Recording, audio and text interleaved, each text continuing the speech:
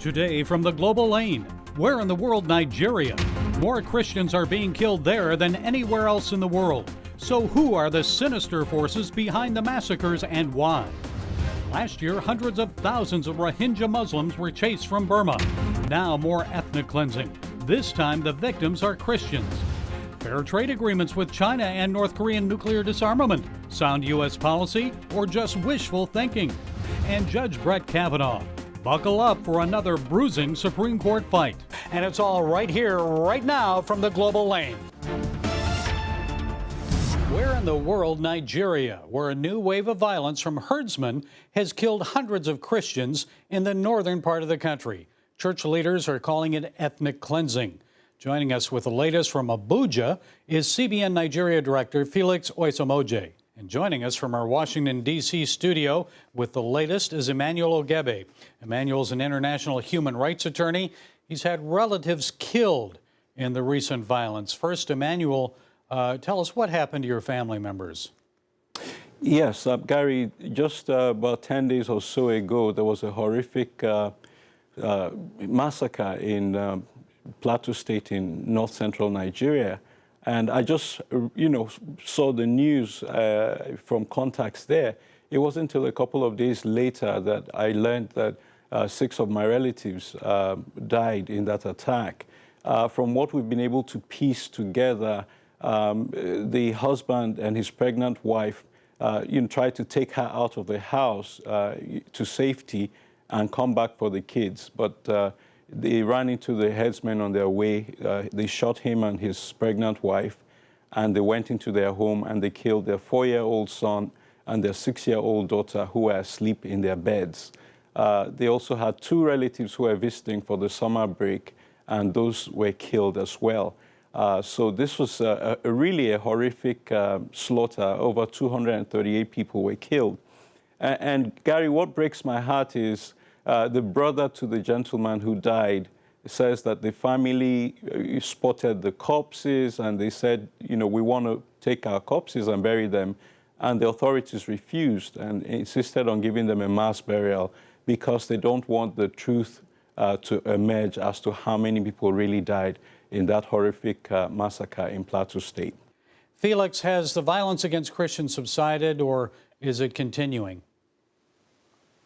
Gary, I will say we have noticed some escalation in the last few months. So you are right to say it's increasing at this point. Where is it specifically happening, Felix, and why? It's happening more in the Middle Belt area of the country. And the reason simply is because the Fulani herdsmen take their cattle into people's farmlands. They eat up their crops on the farm, and when the people challenge them, then before you know, they respond with AK-47s. Where do they get the AK-47s? So I understand this is different than the Boko Haram violence, those terrorists. Where do they get the AK-47s, and why are they responding that way? That has been the question because given how much an AK-47 will go for, a Fulani herdsman will probably need to sell all his cattle to be able to buy an AK-47. Gary, what we have is a genocide. They are trying to displace the Christians, they're trying to possess their lands, and they're trying to impose their religion on the so-called infidels and pagans who they consider Christians to be. Who is funding them? Who's providing them with the weapons and why? Yeah, now, that's a very good question. We've always wondered how they could afford such sophisticated arms. In the few occasions where they run into the military, they overpower the military with the level of weaponry. And there's several theories. One of them, of course, is that the arms proliferation that resulted from the collapse of Libya saw an influx of arms into the country that fell into the hands of both Boko Haram and the Fulani herdsmen. But even more sinister is the fact that a lot of these cattle are owned by very rich Fulanis who are in government and who are in power. So there is a strong belief that the Fulanis, the ruling elite, are actually funding these herdsmen to conduct these attacks, because that way they can dominate politically and they can dominate physically in terms of land grab. The attacks are coming from the Fulani herdsmen who actually brought jihad. They brought violent jihad to Nigeria in 1804. And many believe that this is simply a continuation of that jihad. I can tell you that in Plateau State in particular, over 50 communities of Christians have been cleared. They've been de-Christianized. The Christians have been pushed out, and these communities have been overrun and taken over by the Fulani herdsmen and their cattle. So this group is actually worse than Boko Haram. Boko Haram has rules of engagement. They have some kind of ideology. These people slash, kill, and burn. I think they exemplify what the scripture says in John 10:10. The thief comes but to steal, to kill, and destroy. And they're destroying. Christians are being hunted on their farms, in their homes. They're being slaughtered. This is a genocide. In Benue State alone, this year, over 500 Christians have been killed in that one state, including, Gary, you must have heard about this, the shocking attack in April where they attacked a church mass and they killed 19 people, including the priests who were serving communion in the church that morning. So 19 worshippers were killed in church. One more recent incident, last weekend, the Archbishop of the Anglican Church of Jos, his home was attacked and one person was killed. So, Gary, what we have is a genocide. They are trying to displace the Christians, they're trying to possess their lands, and they're trying to impose their religion on the so-called infidels and pagans who they consider Christians to be. CBN, I know, has worked in Nigeria for years, Felix, and I know in the past we've reached out to help people displaced by the Boko Haram violence. So what are we doing now to help? One of the things our team just came back from a place called Kagoro in the north central area of Nigeria, where has experienced a lot of violence as well related to the Fulani herdsmen.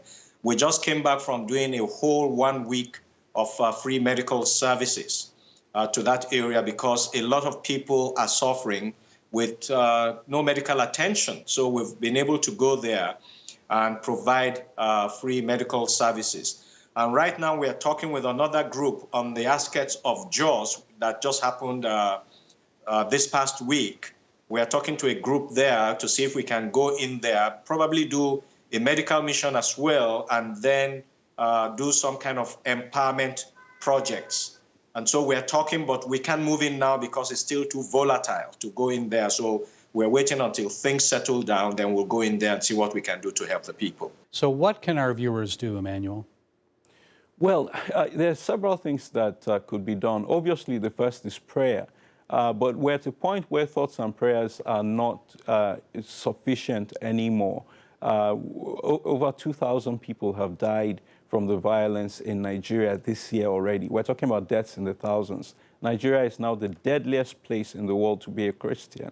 And so we need international pressure. The UK House of Lords just last week had a debate, and they said this is no longer a herdsman-farmer conflict. This is genocide. Most of the Lords were consistent in their depiction of what is happening. Now, in addition to that, we need aid. You know, I know that CBN 700 Club is in Nigeria, so if people support CBN, we know that CBN will deliver to the people who are afflicted. But we need the members of Congress, the U.S. Congress, write to your congressman. They need to appoint a special envoy on the issue of Nigeria. And also the United States needs to not sell aircraft to General Buhari's regime.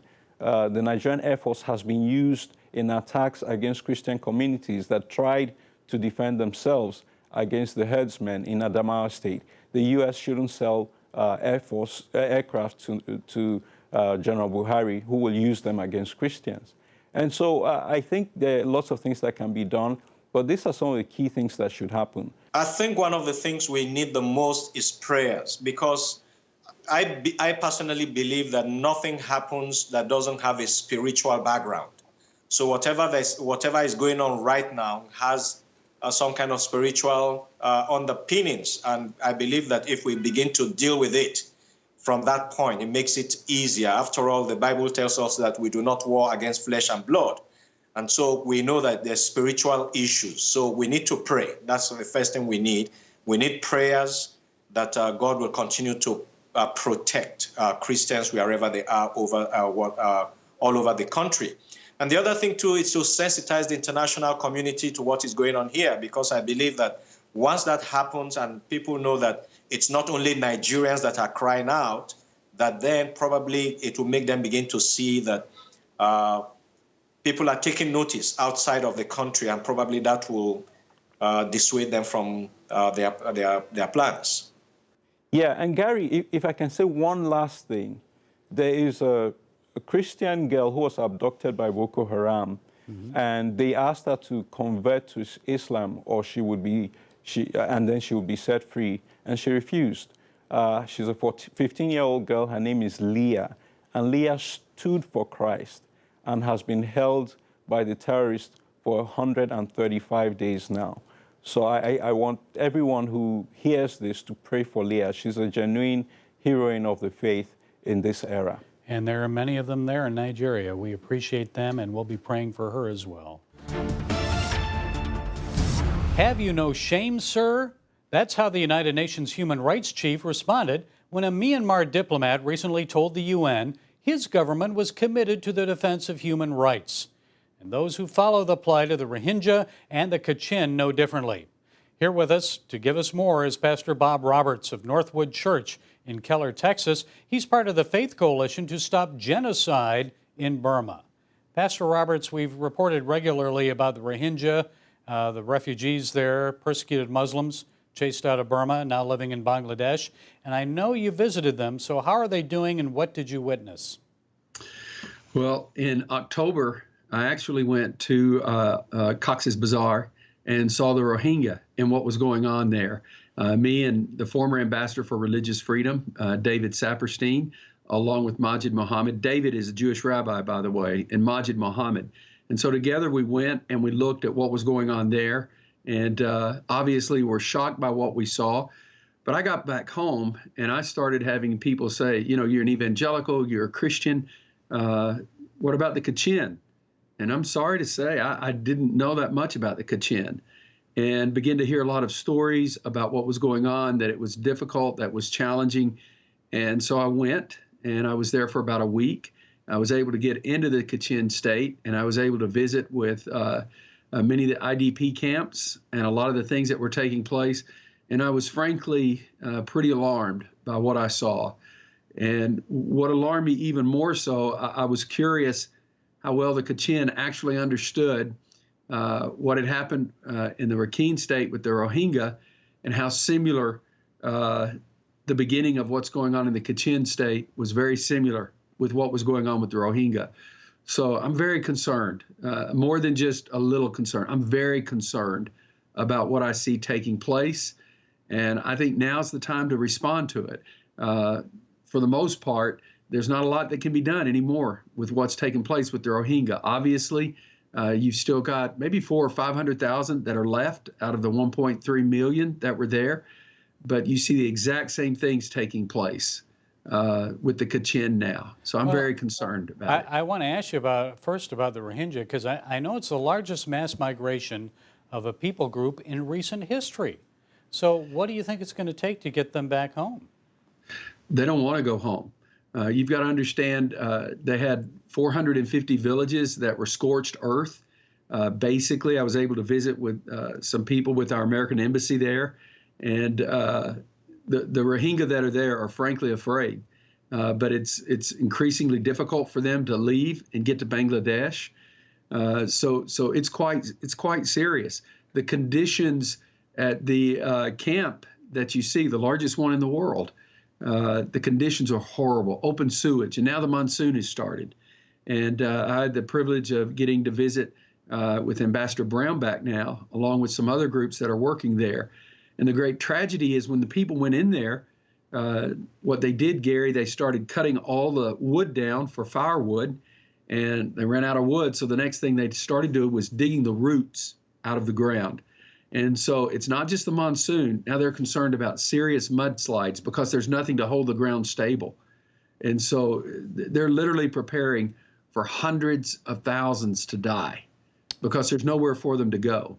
And they're afraid to go back home. Wow, what a tragedy that is. I guess the reason for us as believers to pray and also do what we can. But of course, as Christians, we have compassion for the Rohingya, but also our audience has concern for the Kachin. So tell us some more about the Kachin. What did you witness when you saw them? Well, let me just a little bit of background, if I could, on the Kachin. Believe it or not, it's a state where 95% of the people are Christians, and they're primarily Baptists, believe it or not. And so what happened is they're a minority group. They're in the Kachin state, representing about 1.4 million people, similar to what the Rakhine state was with the Rohingya. And so the first response that the Burmese have had is it's more of an ethnic cleansing issue. And over 60 of the churches that have been destroyed, they put Buddhist pagodas on top of those to reclaim it, and so forth. And you've got to understand, these people have a rich heritage. It goes all the way back to the early 1830s when Adoniram Judson first came.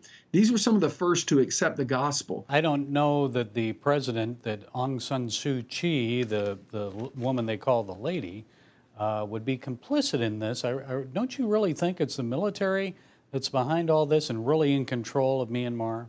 I do. That's my opinion, but I don't know that. I'm guessing. Yeah. So I can't say for sure, but I'm prone to agree with you. She took such a strong stand throughout her life.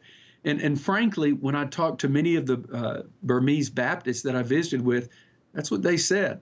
They said they felt like she was unable because of the military. Here's something else that alarmed me, Gary. The same units that were doing all the military destruction down in the Rakhine state, they've moved those up to the Kachin state. Now, the problem is when you radicalize and you create such violence among soldiers that have been raping and murder, you just don't turn that switch off. I'm seeing the same thing. I'm seeing 450 villages that have been destroyed, and they're pushing all of these refugees towards the churches in the two major cities.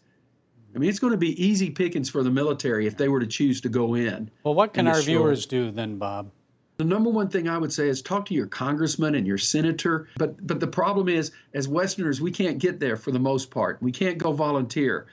So the biggest thing that you could do is to send money and resources to the Kachin Baptist Convention because they're there and they're trying to do something.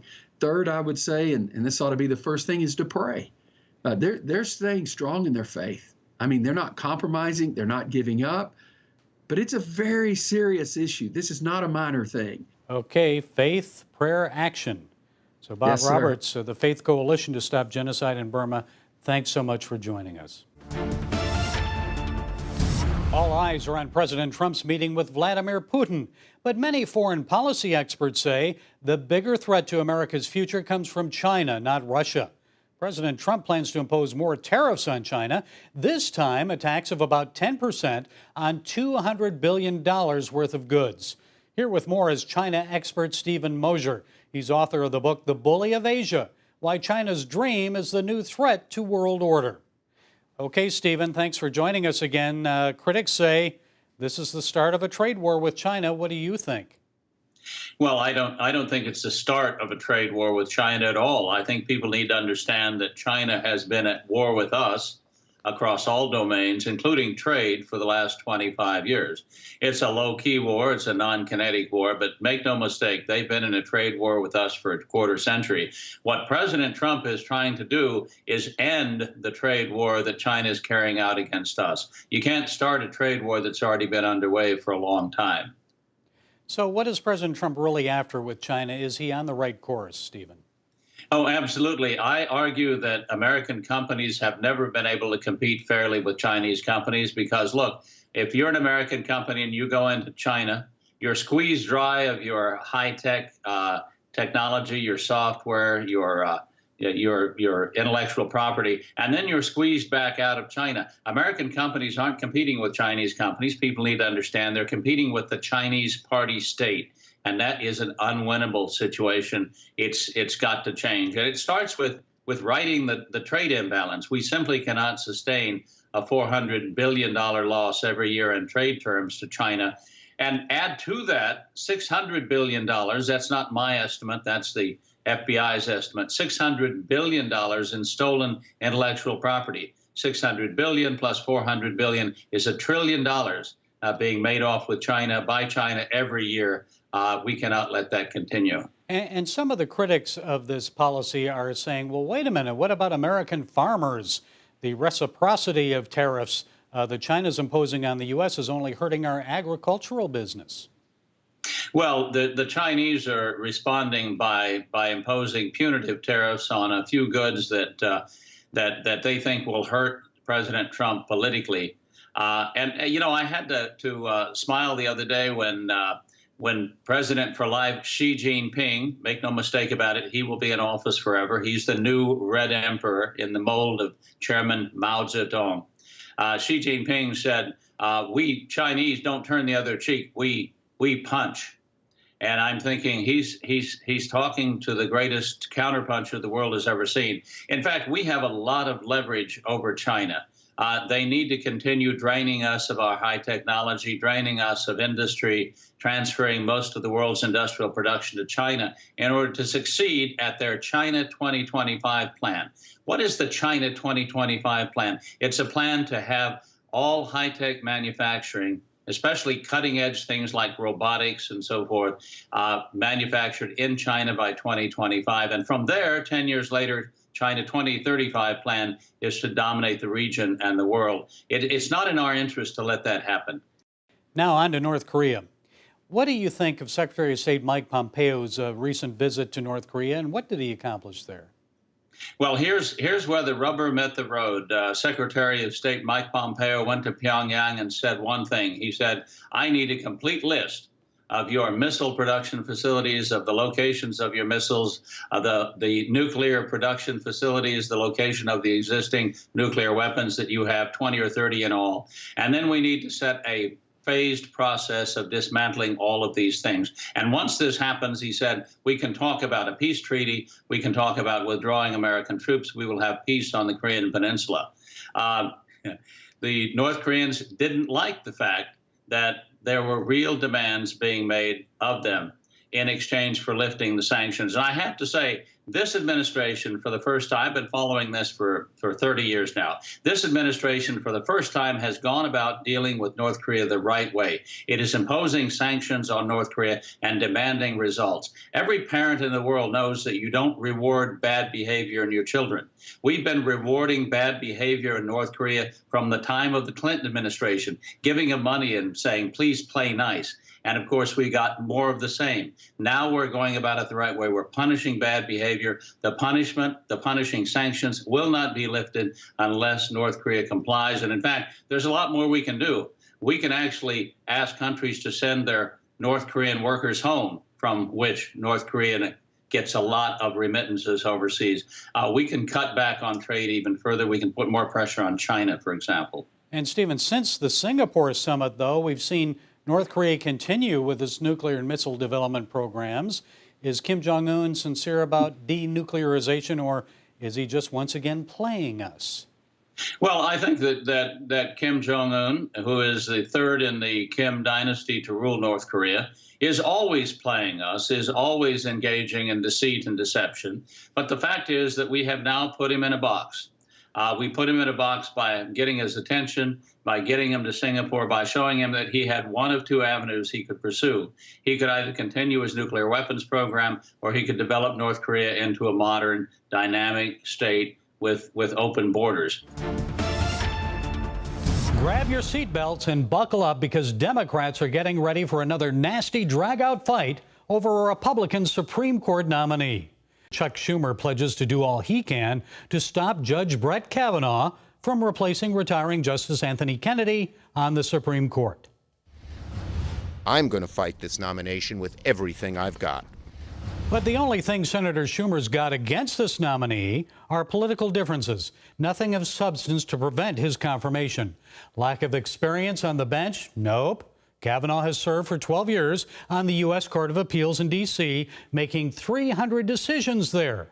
Lack of understanding of the Constitution and the judiciary?